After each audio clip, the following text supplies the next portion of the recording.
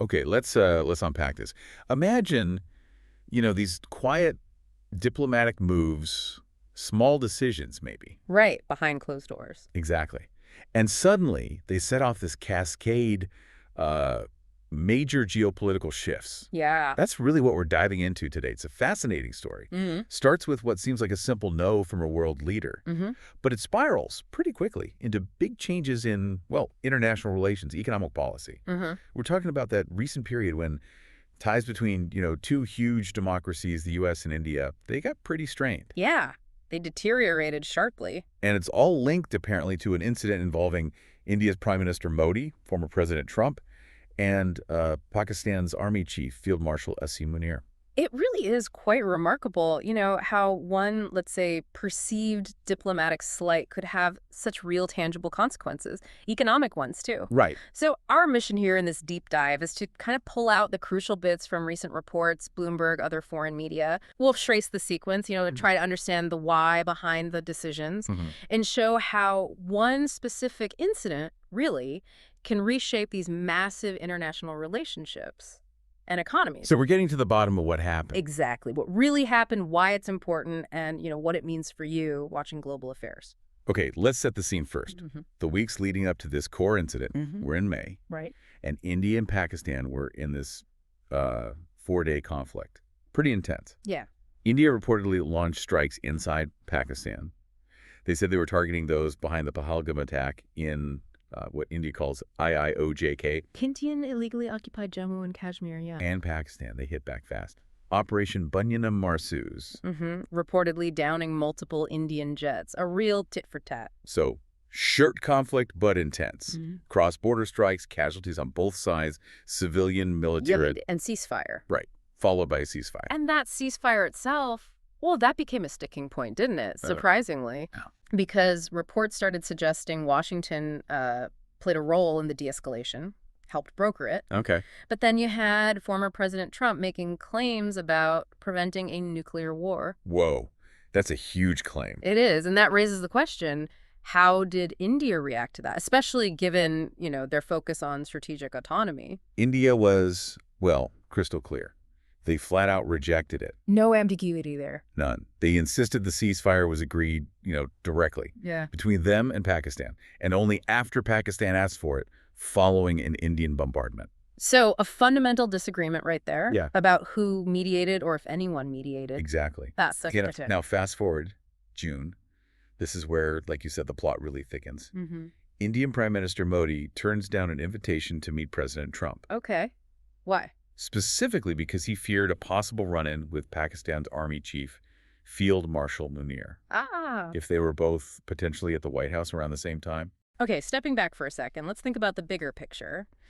India's issue wasn't Trump meeting Pakistan civilian leaders, right? No, that wasn't it. It was specifically hosting Field Marshal Munir, the Army Chief, alongside Modi. That was seen as, and I quote, a setback to the Indian narrative. Right. It highlights India's really strong stance on its relationship with Pakistan. They want to control the message, control the narrative. Especially after a conflict. Exactly. Any diplomatic engagement involving the two, they want it on their terms. Bilateral. No outside players perceived as mediating. Underscores that commitment to handling things directly.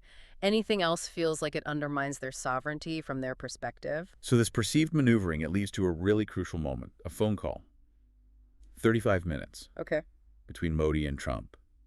June 17th. June 17th. And this was after Trump had already left the G7 summit early. Yeah, exactly. He left Canada early, couldn't meet Modi in person there.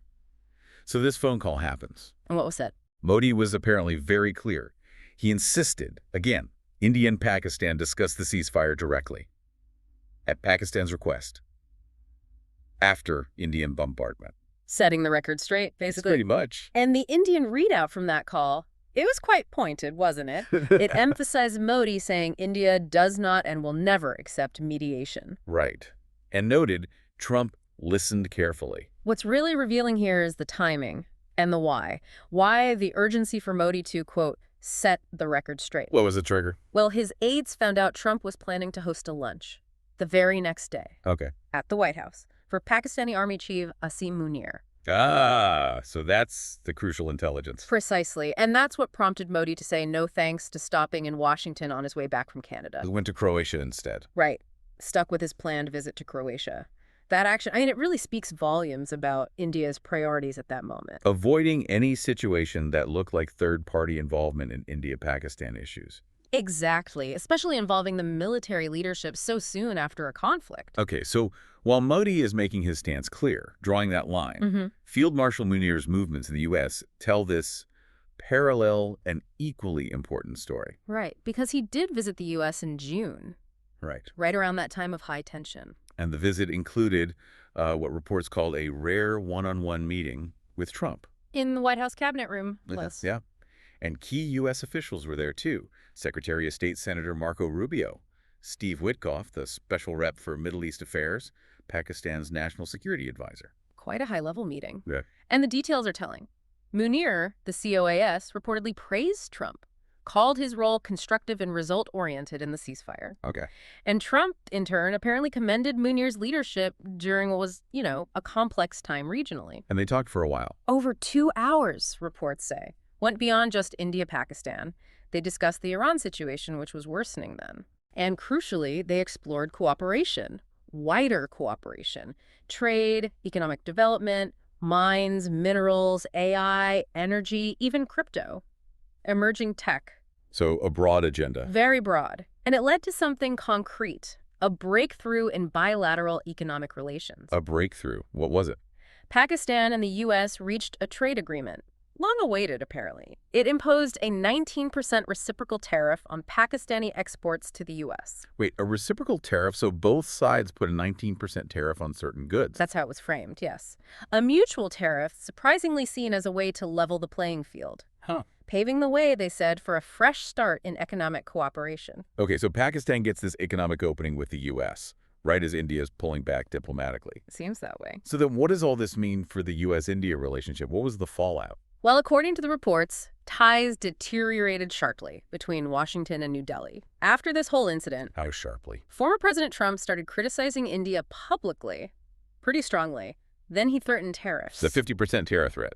Yeah, on Indian exports. Slammed India's trade barriers, economic performance. And he actually imposed tariffs, didn't he? He did, yes. So the impact was clear and immediate.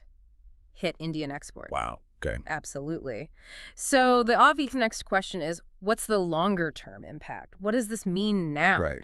Well, the reports state Modi and Trump haven't spoken since that June phone call. Still. Apparently so, which, put a real freeze on what everyone had been calling this burgeoning strategic partnership. Yeah, that language was everywhere. It really shows how quickly things can shift, doesn't it? Years of diplomatic effort, potentially reshaped by what seems like one incident, maybe a perceived slight. Especially when you have strong personalities, domestic politics involved. It's a stark illustration. And we're seeing signs of continued U.S. engagement with Pakistan. Field Marshal Munir is reportedly set to visit the U.S. again this week. His second trip in less than 2 months. Exactly. Now, the official reason is attending General Kurilla's retirement ceremony at U.S. Central Command. But there's no official confirmation about any other meetings during the visit. Which, given the recent history, leaves room for speculation, potential for more talks, more alignment. It certainly makes you wonder, considering the shift we just discussed. What an intricate journey, really, through this world of international diplomacy. You start with a 4-day conflict, a disputed ceasefire mediation. Then a prime minister's strategic refusal. And the ripples just spread out. New trade deals for one country, strained ties for another. Major powers involved. It really shows how tangled everything is. Regional tensions, individual leaders' decisions, bigger geopolitical strategies. It's incredible how fast it escalates, isn't it? Yeah. 1 minute, a border skirmish. The next, you're hearing claims about nuclear war, major trade shifts. Indeed. And what often gets missed is that domino effect, right? How these immediate flare-ups impact long-term ties, economic policy. Yeah. This deep dive, I think, has pulled back the curtain on a really critical moment. One that genuinely reshaped key relationships. Yeah. It shows that the little things, diplomatic protocol, national narratives, even just scheduling meetings, they can have huge lasting consequences on alliances, on economic flows. So thinking about how quickly things pivoted here. Yeah. Based on perceived slights, strategic alignments, How might this incident keep shaping things? The balance of power, economic flows in South Asia, maybe beyond? Well, that's the big question, isn't it? Especially when we see these ongoing high-level visits like Munir's with unconfirmed agendas. Right. Understanding these complex stances, these diplomatic nuances, it helps you, the listener, spot subtle cues in the future. You might anticipate shifts before they hit the headlines. So thinking about this whole web we've untangled, what stands out most to you?